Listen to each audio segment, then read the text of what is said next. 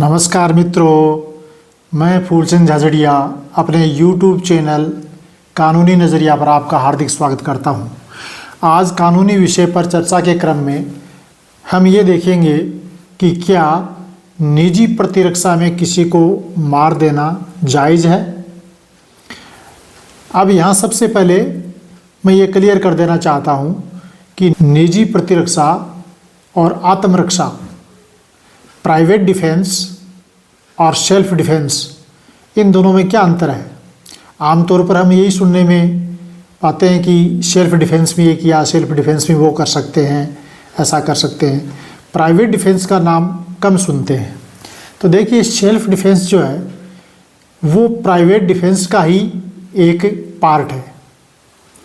Private defence एक व्यापक अर्थ रखने वाली शब्दावली है और सेल्फ डिफेंस या आत्मरक्षा एक संकुचित सीमित दायरे का अर्थ रखने वाली शब्दावली है।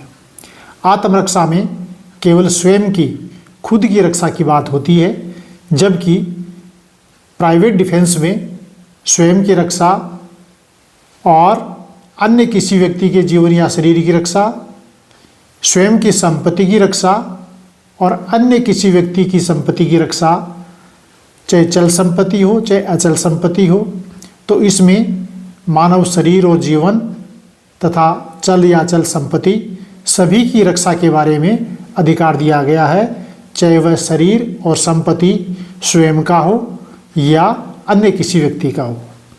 तो इसको कहते हैं प्राइवेट डिफेंस। तो भारतीय न्याय संहिता की धारा 34 से 44 तक प्राइवेट डिफेंस के बारे में उल्लेख करती है। जो पुराने कानून भारतीय न्याय संहिता की जगह इंडियन पेनल कोड था, उसकी धारा 96 से 106 के तहत ये उपबंध थे, जो अब धारा 34 से 44 भारतीय न्याय संहिता में है। तो हम सबसे पहले इन विधिक प्रावधानों के बारे में, इन धाराओं के बारे में, इनके अंदर जो परिभाषा दी गई है उसके बारे में चर्चा करते हैं। तो धारा 34 भारतीय न्याय संहिता ये कहती है कि प्राइवेट प्रतिरक्षा के अधिकार के प्रयोग में किया गया कोई कार्य अपराध नहीं है। यानी कि जो अपराध परिभाषित है भारतीय न्याय संहिता में, उसके कुछ अपवाद यहाँ दिए गए हैं और उन अपवादों में से एक अपवाद है प्राइवेट प्रतिरक्षा। प्राइवेट प्रतिरक्षा के अधिकार में इसके अधिकार का प्रयोग करते हुए जो भी कार्य किया जाता है तो वह कार्य अपराध की श्रेणी में नहीं माना जाएगा, ऐसा धारा 34 कहती है। धारा 35 क्या है? धारा 35 में ये कहा गया कि शरीर और संपत्ति की निजी प्रतिरक्षा का अधिकार। ठीक है, तो निजी प्रतिरक्षा यानी कि प्राइवेट डिफेंस क्या है? मानव शरीर पर प्रभाव डालने वाले अपराध के विरुद्ध प्रतिरक्षा का अधिकार है। मानव शरीर पर जो भी कोई प्रभाव डालने वाला आपराधिक कार्य करता है या करने का प्रयत्न करता है तो उसके विरुद्ध प्राइवेट डिफेंस का अधिकार उत्पन्न होता है, और वह मानव शरीर चाहे स्वयं का हो या अन्य किसी का हो। दूसरा इसमें है संपत्ति के बारे में। चोरी, लूट, रिष्टी मतलब मिसचीफ, जिसको आरिष्टी भी कहते हैं। तो चोरी, लूट, रिष्टी और आपराधिक अत्याचार, क्रिमिनल ट्रेसपास, इनका आपराधिक कार्य या ऐसा आपराधिक कार्य करने का प्रयत्न, उसके विरुद्ध भी प्राइवेट डिफेंस का राइट है, और वह संपत्ति चाहे चल हो या अचल, और चाहे स्वयं की हो या किसी अन्य व्यक्ति की। तो ये धारा 35 में शरीर की प्रतिरक्षा के बारे में और संपत्ति की प्रतिरक्षा के बारे में प्रावधान है। अब हम आगे देखते हैं धारा 36। तो धारा 36 में कहा निजी प्रतिरक्षा का अधिकार ऐसे व्यक्ति के विरुद्ध भी है जो अपरिपक्व समझ का हो, बालक हो या विकृत चित्त व्यक्ति हो, यानी कि अनसाउंड माइंड हो, अस्वस्थ मस्तिष्क का हो, पागल व्यक्ति हो, या मतता में हो, मतता या मद के अधीन या नशे में, चाहे शराब का नशा हो, किसी ड्रग का नशा हो, भांग अफीम का नशा हो, किसी भी नशे के अधीन, या भ्रम में। कई बार भ्रम में भी होता है कि एक आदमी अपने घर को भूल जाता है और दूसरे घर को अपना घर समझ करके उसमें गलतफहमी में घुस जाता है। तो ये किसी भी स्थिति में, चाहे कोई व्यक्ति आपराधिक कार्य करे, चाहे वो अपरिपक्व समझ का छोटा बालक हो, 13 साल का है, 14 साल का है ऐसा, या विकृत चित्त मस्तिष्क का हो, अस्वस्थ दिमाग का हो, या मदहोश हो, किसी नशे में हो, या किसी भ्रम में या गलतफहमी में हो, तो उन व्यक्तियों के विरुद्ध भी ये प्रतिरक्षा का अधिकार उसी प्रकार है जैसे कोई स्वस्थ चित्त व्यक्ति जानबूझकर इस प्रकार की घटना या कार्य करता है। इससे कोई फर्क नहीं पड़ता। फिर है धारा 37 ऐसे कार्य जिनके विरुद्ध निजी प्रतिरक्षा का अधिकार नहीं है। यह भी समझना है कि कौन से ऐसे कार्य हैं जिसमें प्राइवेट डिफेंस का राइट हमें नहीं मिलता है, निजी प्रतिरक्षा का अधिकार का प्रयोग करने का हमें हक नहीं है। वो कौन कौन से कार्य हैं? तो पहला है कि कोई लोक सेवक, पब्लिक सर्वेंट, जैसे कोई पुलिस ऑफिसर है या अन्य कोई पब्लिक सर्वेंट है, कोई लोक सेवक। अब देखिए, मैं यहाँ एक बात क्लियर कर दूँ। एक तो इस वीडियो को आप पूरा सुने ध्यान से, और एक प्रत्येक शब्द को ध्यान से सुने। जब वीडियो देख रहे हैं तो अब वीडियो पर ही अपना ध्यान रखें। एक साथ दो कार्य नहीं कि चाय पीते हुए देख रहे हैं, खाना खाते हुए देख रहे हैं। ऐसा करेंगे तो कोई कहीं न कहीं आपसे चूक हो सकती है, और कोई शब्द मिस हो गया, छूट गया, तो उससे नासमझी पैदा हो सकती है। अधूरा ज्ञान खतरनाक होता है। तो ये कानून की बात है, तो इसको ध्यान से सुने, एकाग्र होकर सुने, एक एक शब्द पर ध्यान दें। तो कोई लोक सेवक अपनी पदीय हैसियत में, ऑफिशियल कैपेसिटी में, अपने पदीय हैसियत में कार्य कराओ, निजी हैसियत से नहीं, प्राइवेट अपनी हैसियत में नहीं, ऑफिशियल कैपेसिटी में, अपनी पदीय हैसियत में कोई लोक सेवक सद्भावनापूर्वक, दुर्भावना से नहीं, सद्भावनापूर्वक कार्य कर रहा हो, और ऐसा कार्य करते हुए मृत्यु होने की या कोई गंभीर चोट पहुंचाने की, घोर उपहति कारित होने की आशंका न हो, तो प्राइवेट डिफेंस का राइट नहीं है। पब्लिक सर्वेंट सद्भावना से ऑफिशियल कैपेसिटी में ऐसा कार्य कर रहा है जिसमें मृत्यु होने या गंभीर उपहति होने का कोई आशंका या खतरा नहीं है, तो ऐसी स्थिति में प्राइवेट डिफेंस का राइट पैदा नहीं होगा। दूसरी बात, उस लोक सेवक के निर्देशानुसार जो पदीय हैसियत में सद्भावनापूर्वक कार्य कर रहा है, उसके आदेश की पालना में अन्य व्यक्ति कार्य कर रहा है, तो निर्देशाधीन कार्य करने वाले व्यक्ति के विरुद्ध भी प्राइवेट डिफेंस का राइट पैदा नहीं होगा। तीसरी बात, ये जो सबसे महत्वपूर्ण बताने जा रहा हूं, सुरक्षा के लिए लोक प्राधिकारी पब्लिक अथॉरिटी, जैसे कोई पुलिस थाने में थानेदार है या कोई एसडीएम है, तहसीलदार है, कोई भी जो कार्य करने के लिए सक्षम लोक प्राधिकारी है, उस लोक प्राधिकारी के पास सहायता प्राप्त करने के लिए समय हो। देखिए, इसको अच्छी तरह समझ लें कि प्राइवेट डिफेंस का मतलब है अपना बचाव करना, किसी को बदले की भावना से उस पर आक्रमण करना या उसको दंड देना, प्रतिशोध या बदला लेना, ऐसा इसकी भावना नहीं है। इसका ये मतलब नहीं है। तो क्या मतलब है? इसका मतलब है अपने को बचाना या किसी अन्य व्यक्ति के शरीर को बचाना, और अपनी संपत्ति को बचाना या किसी अन्य व्यक्ति की संपत्ति को बचाना। किससे? खतरे से।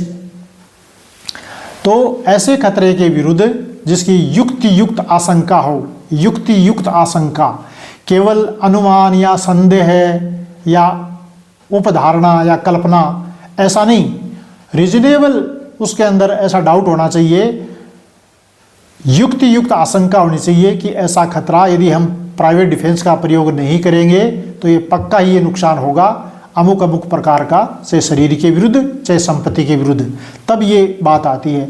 और ऐसी स्थिति में यदि हमारे को पब्लिक अथॉरिटी के पास, लोक प्राधिकारी के पास जाकर के सहायता प्राप्त करने का समय है कि वहाँ से जाके सहायता प्राप्त कर सकते हैं, तब तक कुछ नुकसान नहीं होने वाला है, तो हमें सबसे पहले वहाँ जाकर के उस अथॉरिटी के पास जाकर के शिकायत करके उनसे सहायता मांगनी चाहिए, सहायता प्राप्त करनी चाहिए। ऐसे नहीं कि भाई अभी अवसर है जा सकते हैं, फिर भी हम आक्रामक होकर के उसके ऊपर बल का प्रयोग करें, ऐसा इसकी मंशा नहीं है। दूसरी बात है, किसी भी मामले में प्राइवेट प्रतिरक्षा का अधिकार उतनी अपहानि, हार्म, उतना नुकसान, उतनी क्षति से अधिक अपहानि या क्षति करने का नहीं है जितनी प्रतिरक्षा के लिए या बचाव के लिए उस प्रयोजन से करनी आवश्यक है। देखिए, ये अनुपात की बात है। बचाव के लिए अनुपातिक ही बल का प्रयोग किया जाएगा। जैसे कोई व्यक्ति किसी को एक चांटा मारा तो ऐसा नहीं कि उसने पिस्तौल उठाई और उसको फायर करके शूट कर दिया, ऐसा नहीं है। अनुपातिक, अब अनुपातिक का ये मतलब भी नहीं है कि कोई सोने के तोलने वाली तराजू में जैसे रत्ती मासा छोटी मात्रा तक की एकदम पूरा ध्यान रखा जाए, इसने इतना बल प्रयोग किया तो हमें भी इतना ही बल प्रयोग करना है, उससे अधिक नहीं करना है, ऐसा नहीं है। 19-20 का अंतर हो सकता है।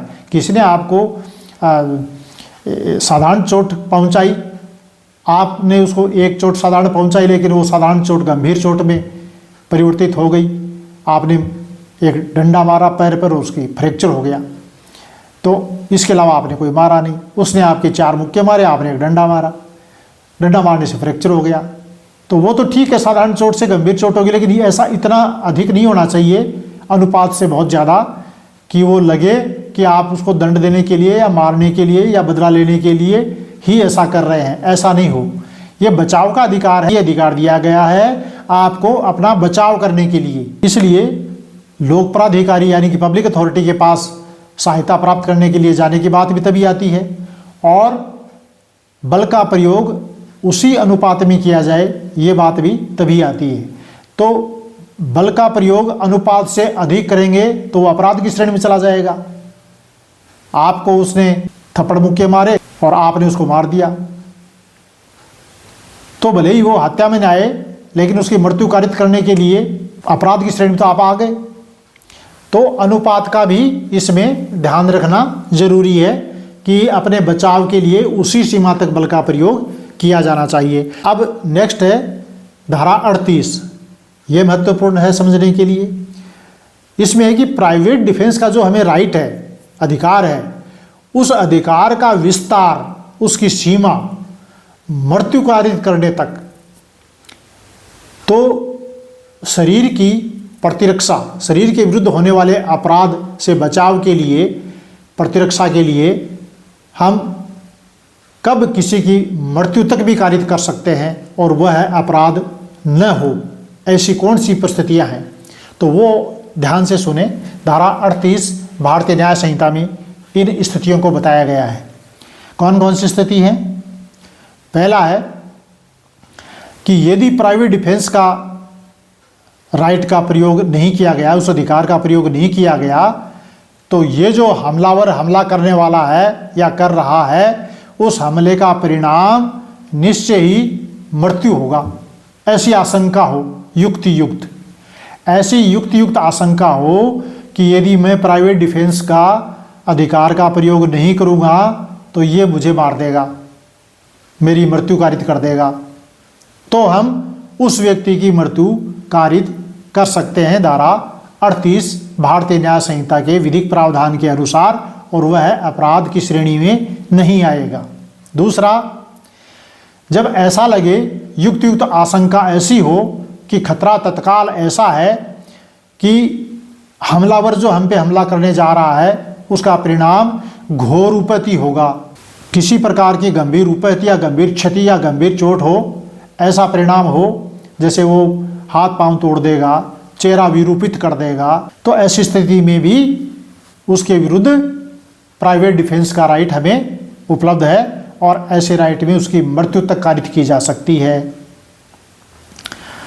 अब ये युक्त आशंका कैसे होगी? जैसे उसके हाथ में तलवार है या उसके हाथ में बंदूक है, पिस्तौल है, रिवॉल्वर है, भाला है, तो ऐसा कोई हथियार है और एकदम इतना गुस्से में और आक्रामक है कि यदि नहीं किया बचाव तो ये मार ही देगा या हड्डी पसली तोड़ देगा। तो हमें हमारे बचाव के लिए ये अधिकार कानून में दिया गया है। तीसरा है बलात्कार के आशय से हमला। यदि वो बलात्कार कर रहा है या बलात्कार करने के आशय से हमला कर रहा है या बलात्कार करने का प्रयास कर रहा है, तो उस व्यक्ति की मृत्यु तक कारित की जा सकती है। और यहाँ मैं ये भी क्लियर कर दूं कि जैसा पहले बताया कि ये स्वयं के शरीर के लिए भी है और दूसरे के शरीर के लिए भी है।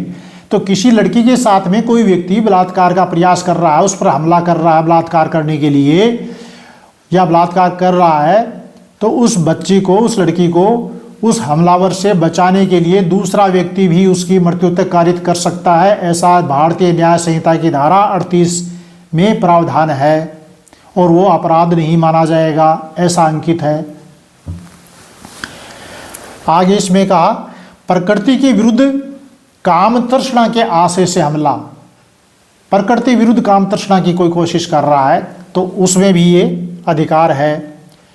व्यपरण और अपहरण के मामले में भी इस अधिकार को दिया गया है कि व्यपरण और अपहरण के आशय से कोई हमला करता है, अबडक्शन और किडनैप करने के आशय से कोई हमला कर रहा है तो उसके विरुद्ध भी ये प्राइवेट डिफेंस का अधिकार है और इस अधिकार की सीमा आवश्यकता होने पर मृत्यु तक कारित की जा सकती है। यहाँ तक सीमा है।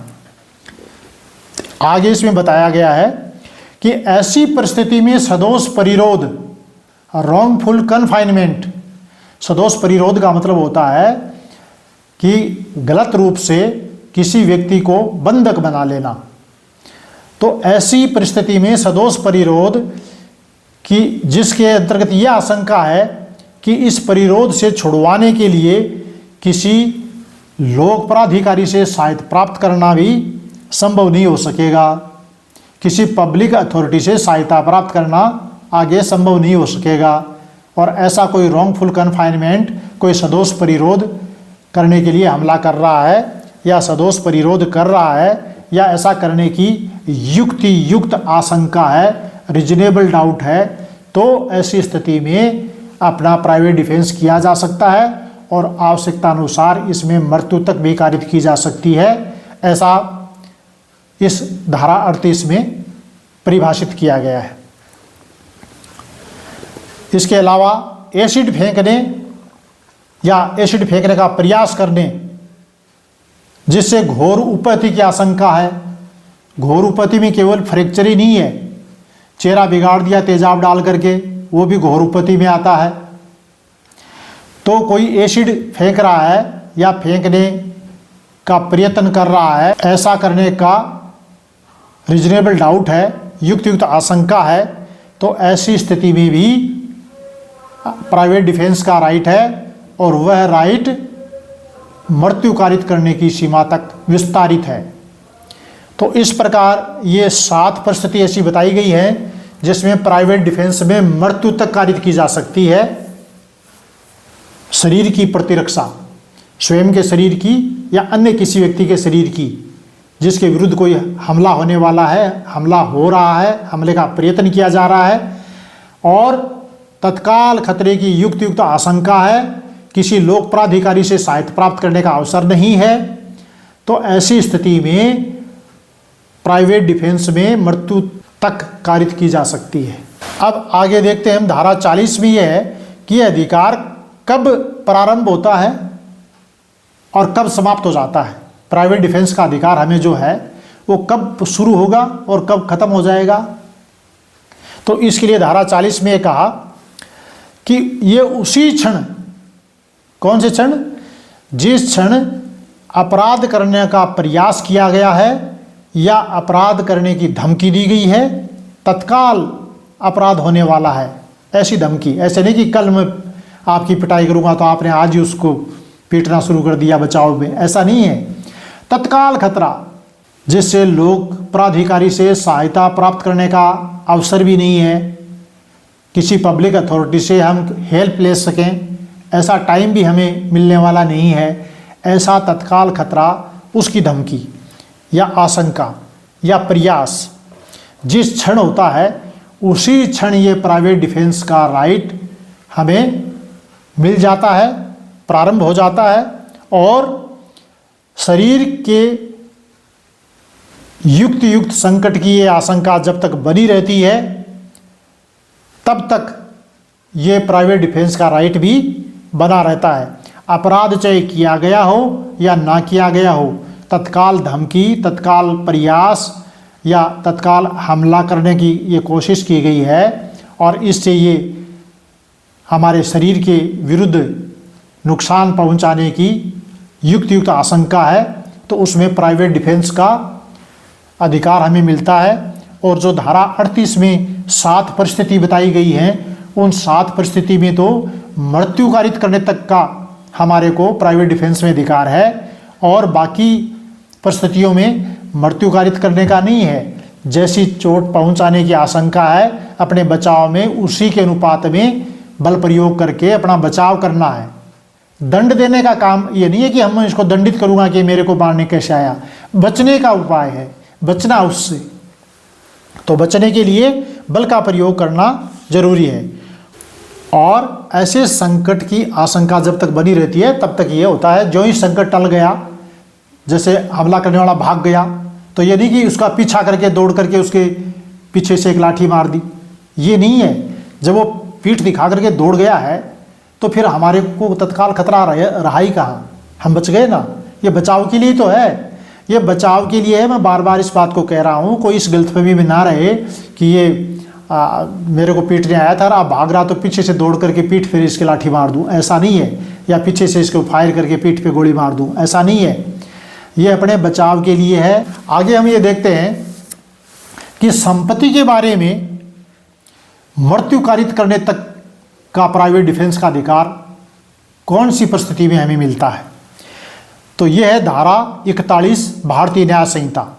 संपत्ति की प्राइवेट प्रतिरक्षा में अधिकार का विस्तार मृत्यु कारित करने तक का इन 4 परिस्थितियों में है। कौन सी 4 परिस्थिति हैं? पहली है लूट और दूसरी है रात्रि गृह भेदन। लूट तो आप जानते ही हैं, बलपूर्वक किसी से कोई संपत्ति छीन करके ले जावे तो लूट होती है। और रात्रि गृह भेदन क्या होता है? रात्रि का मतलब तो रात होता है। और गृह भेदन का मतलब है दीवार तोड़ करके घर में आ जाना, दीवार कूद के घर में आ जाना, दरवाज़ा तोड़ के घर में आ जाना, ताला तोड़ के घर में आ जाना, उसको गृह भेदन कहते हैं। जो परमिशन से ना करके रात्रि के समय दीवार कूदकर, ताला तोड़कर, दरवाज़ा तोड़कर, दीवार तोड़कर, छत में से कोई प्रोटेक्शन बना रखा है अंदर नहीं आने के लिए, उस प्रोटेक्शन को हटाकर इस प्रकार कोई भी घर में प्रवेश करता है तो उस घर के अंदर इस प्रकार भेदन करना या प्रवेश करना, रात्रि के समय करना, रात्रि गृह भेदन होता है। तो लूट और रात्रि गृह भेदन। तीसरा है अग्नि या विस्फोटक पदार्थ से किसी निर्माण, तंबू या जलयान में रिष्टि कारित करना। ऐसा निर्माण, तंबू या जलयान मानव आवास के लिए या संपत्ति की अभिरक्षा के लिए उपयोग में लाया जाता हो। तो ऐसे निर्माण या तंबू जिसमें मनुष्य निवास करते हों या संपत्ति रखते हों, ऐसी जगह अग्नि से या किसी विस्फोटक पदार्थ से उसमें आग लगाकर उसको नुकसान पहुंचाना, उसको मिसचीफ करना, उसमें रिष्टि कारित करना कहलाता है। और ऐसा अग्नि या विस्फोटक पदार्थ से रिष्टि कारित की जाती है तब भी ये अधिकार बना रहता है, प्राइवेट डिफेंस का अधिकार मृत्यु कारित करने तक की सीमा तक। तो 3 हो गए, लूट, रात्रि गृह भेदन और ये अग्नि या विस्फोटक पदार्थ से रिष्टि कारित करना। तंबू निर्माण जहाँ मानव निवास करते हो या संपत्ति रखते हो उस जगह का। चौथा है चोरी, रिष्टि या गृह अतिचार। रिष्टि का मतलब है संपत्ति का नुकसान करना आशयपूर्वक, और चोरी बिना सहमति के किसी चल संपत्ति को बेईमानी पूर्वक वहाँ से हटाकर ले जाना। और गृह अतिचार, घर की परिभाषा, खेत नहीं, यहाँ घर की बात है, घर के अंदर अतिचार करना, बिना अधिकार के जबरन अपराध करने के उद्देश्य से अतिचार करना, प्रवेश करना, तो गृह अतिचार। चोरी, रिष्टि या गृह अतिचार ऐसी परिस्थिति में किया गया जिसमें युक्त आशंका है। ये तीनों के लिए ऐसी परिस्थिति होनी चाहिए जिसमें यह युक्त आशंका हो। क्या आशंका हो? कि प्राइवेट प्रतिरक्षा का अधिकार का प्रयोग नहीं किया गया तो परिणाम मृत्यु या घोर उपैती होगा। जैसे कि चोरी करने वाला व्यक्ति है और हाथ में चाकू है उसके, और अब आप उसके ऊपर यदि अपने डिफेंस में हमला नहीं करेंगे और आप जाग गए हैं और उसको पकड़ने की कोशिश करेंगे तो वो आपको गंभीर उपैती कारित कर सकता है, ये युक्त आशंका है, या मृत्यु भी कारित कर सकता है।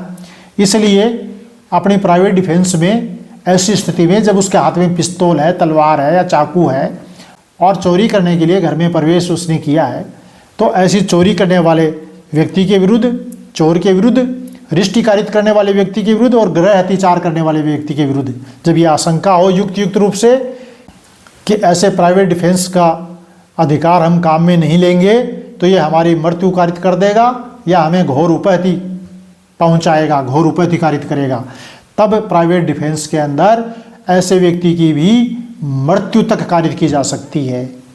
अब मान लीजिए कि चोर है और उसने जाग होते ही सामान वहाँ छोड़ करके भाग गया, आप पीछे भाग करके उसकी कोई नुकसान पहुंचा देते हैं, कोई चोट मारते हैं या कोई उपैती कारित करते हैं, तो वो प्राइवेट डिफेंस नहीं है। मैं आपको फिर दोहरा रहा हूँ, ये बचाव के लिए है। बचाव तो खत्म हो गया, बचाव कहाँ रहा? अब तो आप जा करके मुकदमा दर्ज कराइए कि ऐसे ऐसे रात को एक व्यक्ति आया और ऐसे चोरी करने के में जाग हो गई तो भाग गया।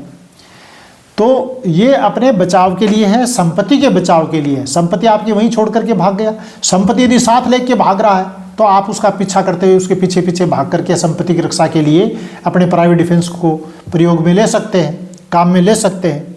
तो इसको आप ये समझें कि धारा 41 में संपत्ति के बारे में ये 4 प्रकार की परिस्थितियाँ बताई गई हैं जिसमें प्राइवेट डिफेंस का प्रयोग करते हुए मृत्यु तक कारित की जा सकती है।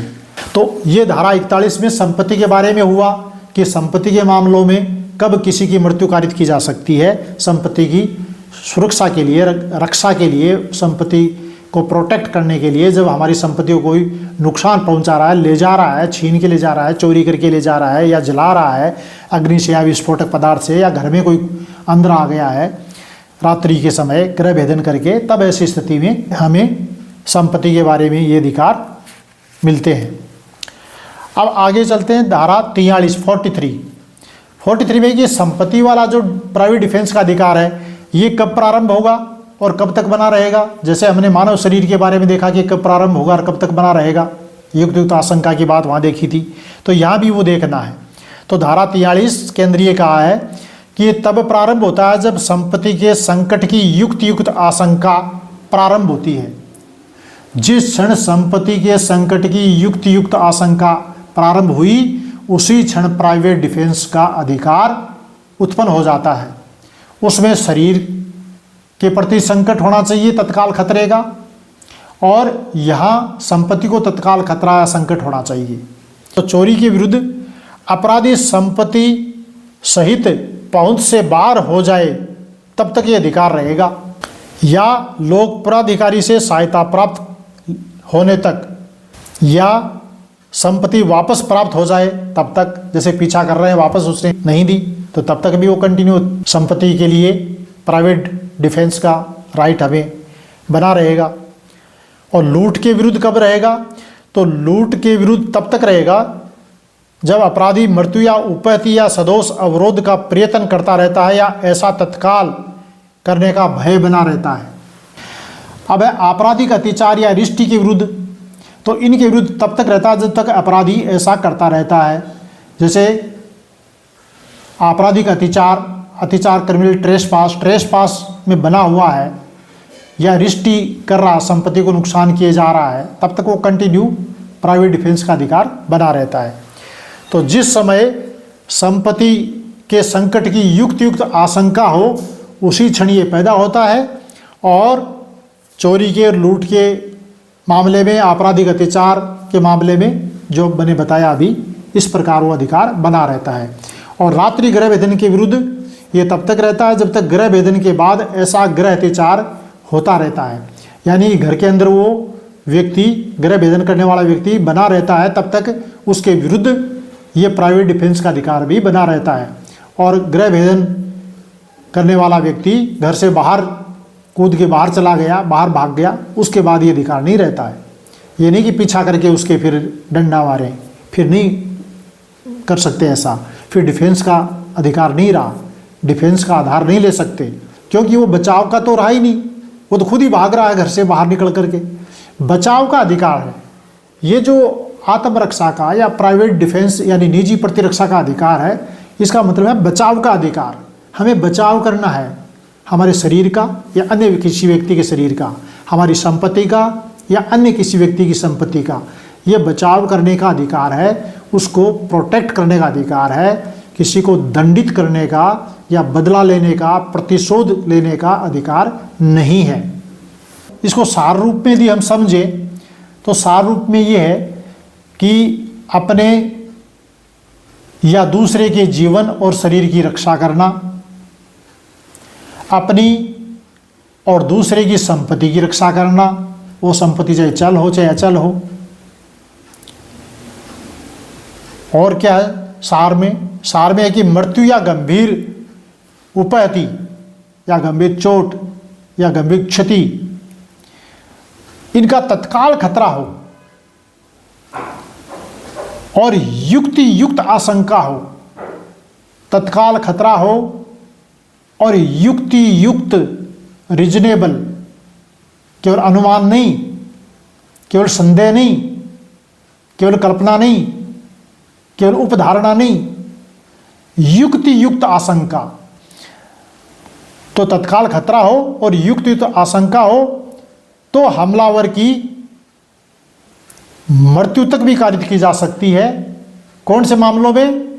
जब हमलावर हत्या का प्रयास कर रहा हो, बलात्कार का प्रयास कर रहा हो, अपहरण का प्रयास कर रहा हो, तेजाब से हमला करने का प्रयास कर रहा हो, लूट या डकैती का प्रयास कर रहा हो, रात्रि में घर में घुसपैठ कर रहा हो, आगजनी कर रहा हो, घर पर संपत्ति रखने वाले निर्माण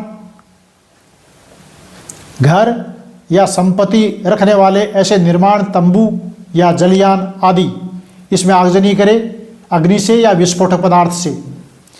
और चोरी व गृह अत्याचार, ऐसी स्थिति में चोरी या गृह अत्याचार कर रहा हो जिससे मृत्यु होने या घोर उपति होने की युक्त आशंका है, तब इन परिस्थितियों में उस अपराध करने वाले व्यक्ति की मृत्यु तक भी कारित की जा सकती है।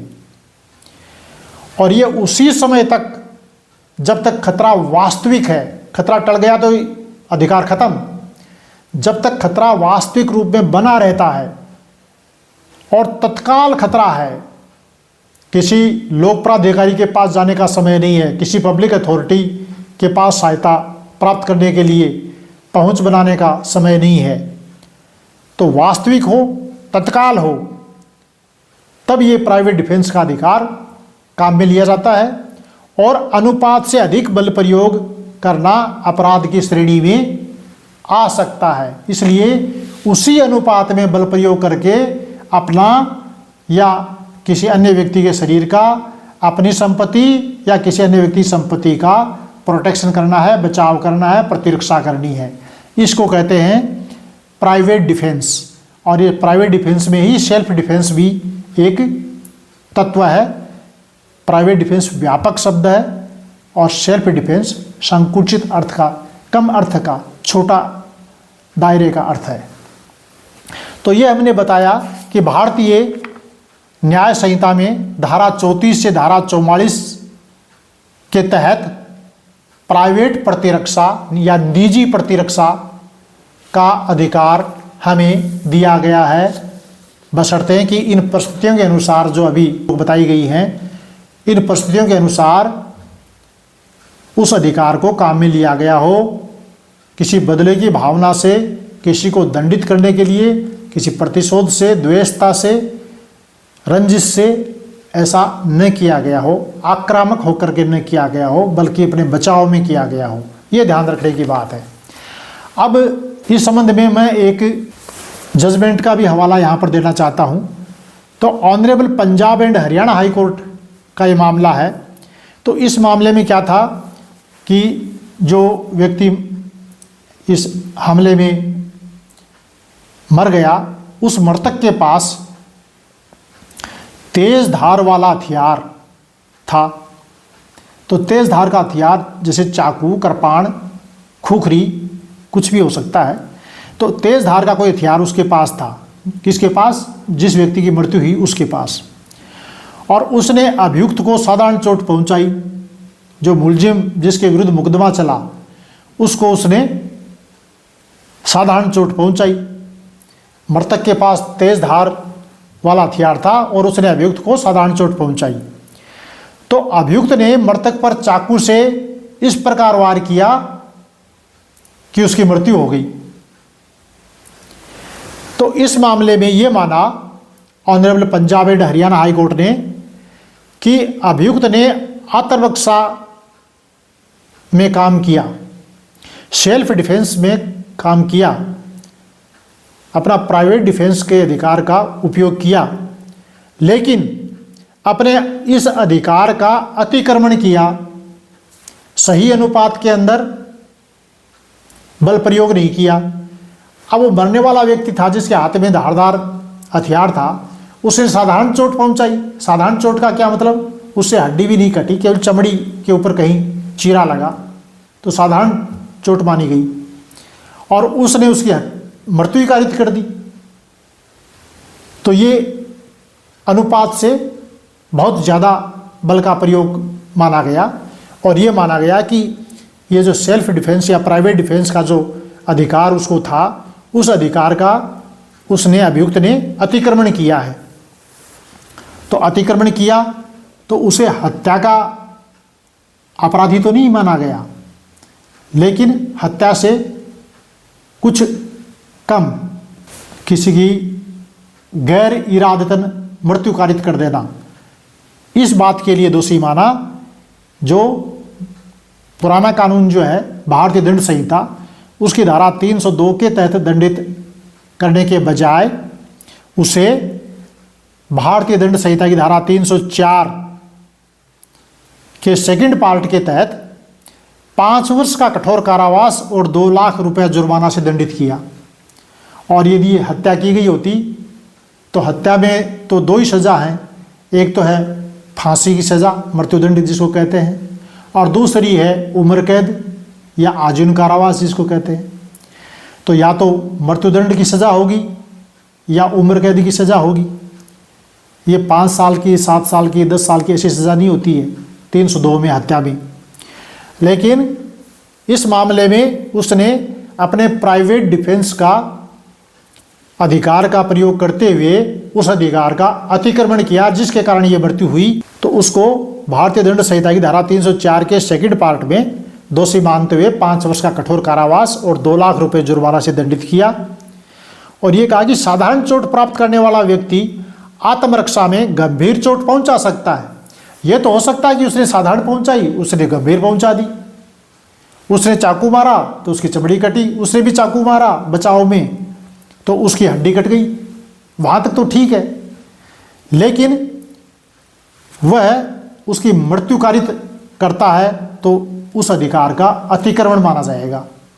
यह honourable Punjab and Haryana high court ने कहा। यह कौन सा मामला था? यह मामला था क्रिमिनल अपील नंबर 377 DB/2000। और इसका फैसला कब हुआ? फैसला हुआ 5 मई 2009 को। तो ये जो धारा 302 हत्या करने के लिए दंड देने का प्रावधान है, ये भारतीय न्याय संहिता में धारा 103 है और भारतीय दंड संहिता की धारा 304 जो मृत्यु कारित करने पर, इसके सेकंड पार्ट में गैर इरादतन मृत्यु कारित करने पर दंड का प्रावधान है, जिसमें 10 साल तक की सज़ा अधिकतम हो सकती है।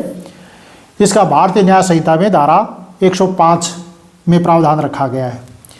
तो मैं आशा करता हूँ कि आप सेल्फ डिफेंस और इसके और ज़्यादा वृहद व्यापक रूप प्राइवेट डिफेंस का कानून भारतीय न्याय संहिता में किस प्रकार दिया हुआ है ये आप समझे होंगे, और विस्तार से समझने के लिए आप संबंधित कानून की इन धाराओं का अध्ययन भी कर सकते हैं। मैंने आपको मोटे तौर पर उदाहरण देकर के समझाने की कोशिश की है। आशा करता हूँ आपको ये वीडियो अच्छा लगा होगा। यदि अच्छा लगा हो तो आप इसे लाइक कीजिए, शेयर कीजिए और सब्सक्राइब कीजिए। आपका बहुत बहुत धन्यवाद। नमस्कार।